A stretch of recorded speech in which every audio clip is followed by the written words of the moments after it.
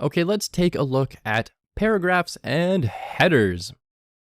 And this is where a page is going to actually start to take a little extra shape here. So it's not just going to say hello world. Now, a paragraph, and like a lot of elements in HTML, is just a p tag.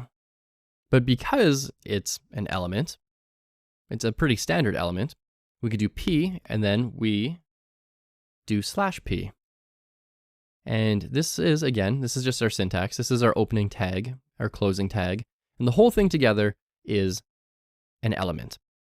So P stands for paragraph, but we don't write paragraph. We just write P for paragraph.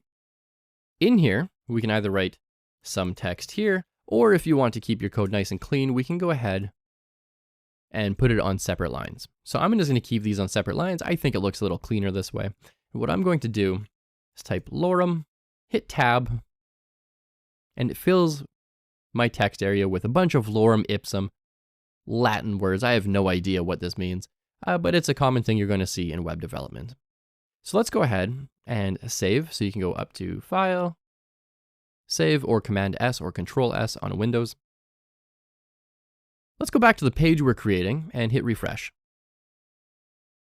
And now we have this lorem ipsum text. Now let's go ahead and create a title for this page, a header.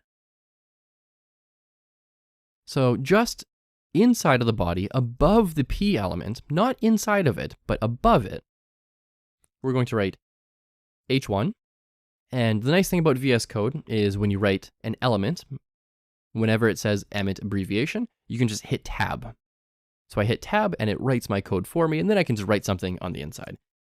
You can say, welcome to HTML 101.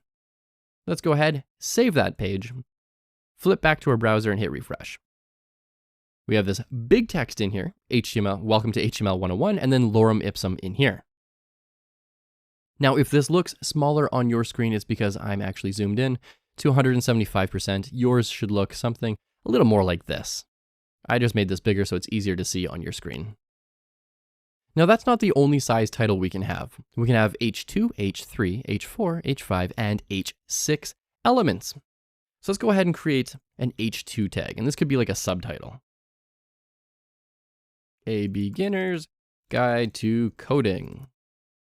And so you can see I'm getting a little bit faster here, but the syntax stays the same. This is an opening HTML tag, an H2 tag, and this is a closing one. Again, you got that slash, and then the element name, and that just says everything inside of here needs to be an H2 font size.